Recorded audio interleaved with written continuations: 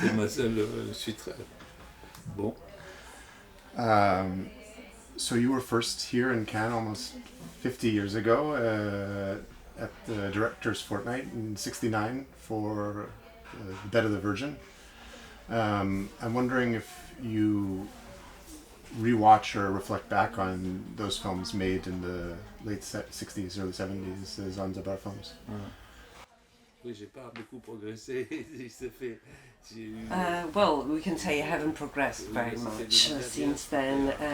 Yes, you mentioned La Lithe, la Vierge, that was the quinzaine des réalisateurs, but also Marie pour mémoire, that was the film I made before that was selected in Semaine de la Critique. It must have been 68 or 69 for La Lithe, la Vierge. And I remember that back then I was not interested in going to Cannes. I didn't go. It was Et c'était une mécène que j'avais qui s'appelait Sylvie la Vierge qui m'avait produit Louise la Vierge, et c'est elle qui l'avait amené à Cannes et ça m'intéressait pas du tout. Quand j'étais jeune, la seule chose qui m'intéressait c'était de fabriquer des films. Ça m'intéressait pas du tout. Et d'ailleurs, Le Lit de la Vierge c'est un film qui n'est pas sorti, Marie pour mémoire c'est un film. When looking back at that time, do you feel like you recognize that artist? Is he someone distant from you, or is he still inside you? Ce Philippe-là est encore... Non, il y a des films I think that you can fail or succeed any time in your life, and an artist never improves. He's just faithful to himself and to his identity as an artist. And of course he goes through different stages in life. And since the very beginning I have made films. Some I love, some I don't love as much, and that has not changed in 50 years. You know, it was the same in the beginning as it is today. I don't think that any change depends on an epoch, on the times that change.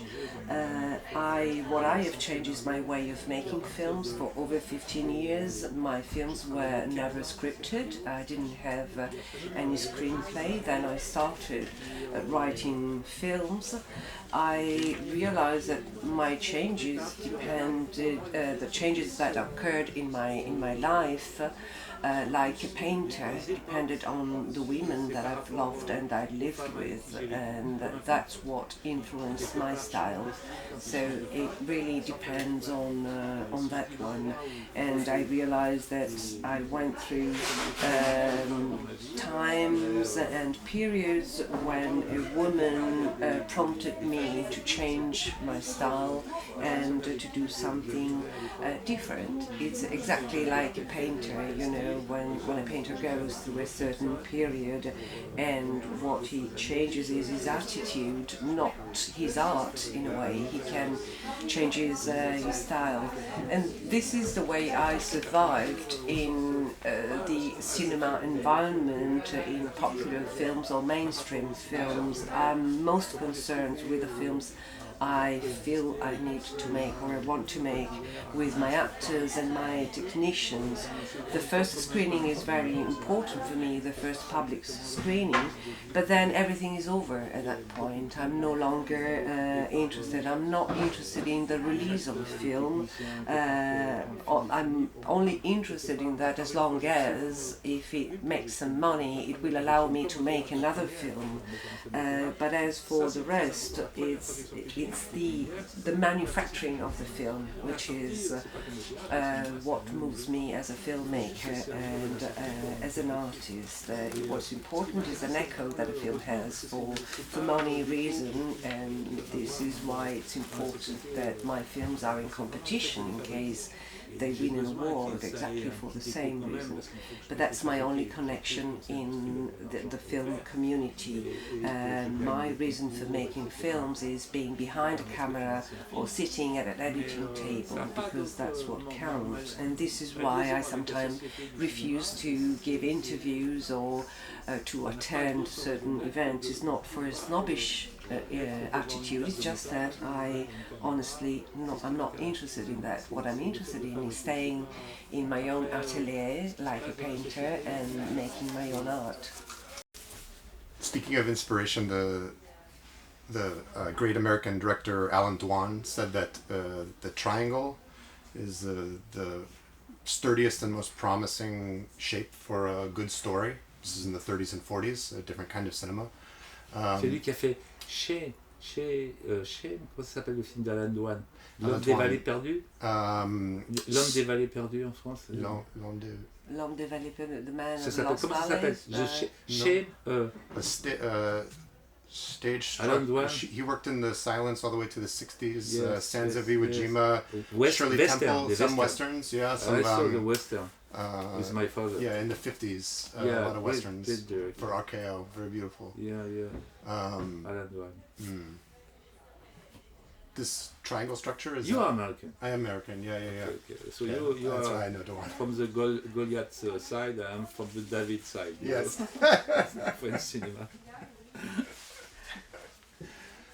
What you were speaking of a need to make a film. What was it about this story that inspired this need? Le besoin et la nécessité de faire ce film, de raconter cette histoire. Je voulais. Well, the starting point was my desire to draw my daughter on screen.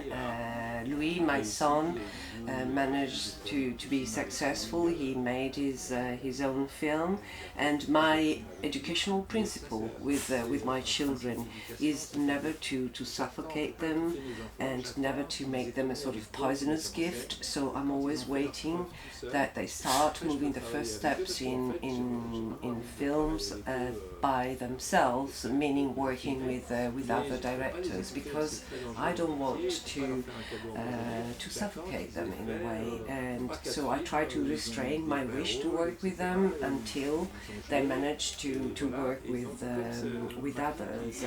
And in the case of Esther, she has in the past 3 or 4 years she has worked mainly in second roles with other filmmakers, and so I said, okay, now I want to be able to work with her. She was the starting point, and I was looking for a suitable subject to deal with her, and I decided to explore the Electra complex, which is the feminine pendant of the Oedipus complex, you know, the attraction, the love of a daughter towards her father.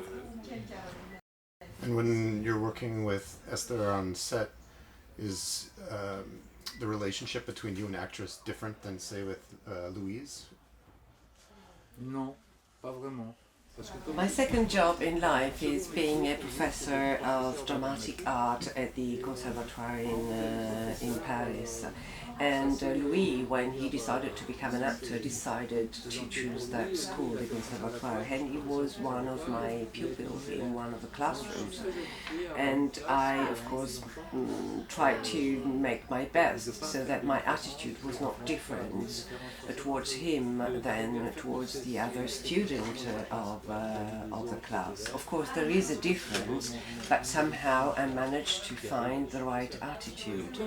And having your child on set is like having your child in a classroom, because in a way a cinema set is very similar to a classroom. If you think about it, the actor studio method, the Stanislavski method, the two books about the method, what are they? They are the diary of a student that was attending classes and learning how to become an actor, you know, and learning about artistic direction.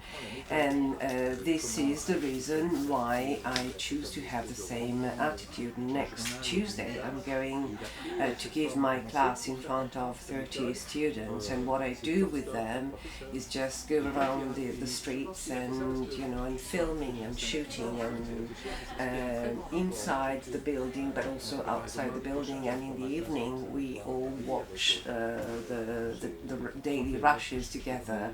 And this is the way for me to teach dramatic art to children.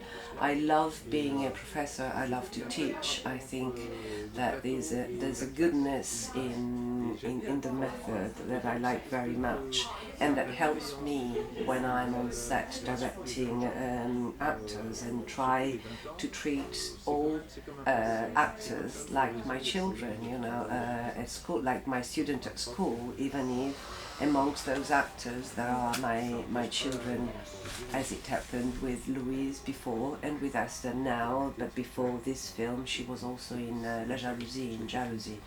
And I think it's in France it's quite popular for directors to have a second job. Jeanne Eustache, for instance, he used to be an editor, and often a director is also a screenwriter. I don't know if Jim Jarmusch needs to have a second job in order to be able to survive and to earn his living.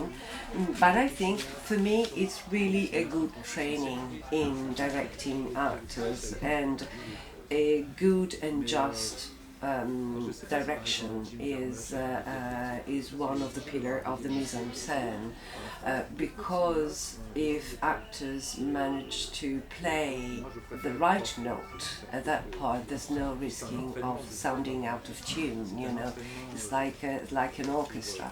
Of course, when it's out of tune in the performance of an actor, it's not so evident as it is in the music, but still you get the impression that what they are saying is not believable enough. So it's sort of what is out of tune is the thought that you're trying to express in your film. Speaking of directing actors, I've always wondered, if it may sound a little silly, but what secret you're whispering in their ears before a scene where they walk down the street by themselves. Mais ça dépend. The direction of an actor is not just one moment and one movement that you manage to build to perfection. Of course, the movement is towards building something together, but then once you've built and built and built, you have to start destroying what you've built, you know, to be able to find that right level that you need, and that often depends on the place where you're shooting your scene, and you might give an indication to an actor, and you of course have to listen to what an actor has to say, and sometimes you need to build more or to destroy more. It really depends on each circumstance, but a director must be able to be there and grab whatever an actor is willing to give in any given moment. You cannot force a performance out of an actor. It's a matter of, you can prompt it in a way, it's a matter of getting to a very subtle balance in all the takes that might be in filming. There's a thin line, and you have to be careful for an actor not to fall on one side or the other. You must not help him, you must not make him feel uneasy, and more often you have to bite your tongue, because you would say something, but you decide not to 9 times out of 10, because you have to let him or her search for what they're getting at, and there's that 10th time then you're obliged to say something and find the right word to say, but only when it's absolutely essential to do so. If you feel that an actor is right in his performance, then what else can he give you? You know, it's right, and if it's right, it's true. So most of the time for a director, it's a matter of self-containment and to shut up mainly and just stay behind camera. I think that the best directors are not the ones that talk a lot on set, but quite the opposite. And I don't think it's correct out of uncertainty of the director himself to tell an actor, I trust you, I trust what you can do. No, you have somehow to shape and to give indication. But then, you know, it's like music, also for the repertoire of a director. You hear a piece and you think that's right, and the other one you think it's not, and you hear them again the next day and you realize what you think it was good is no longer good, you know.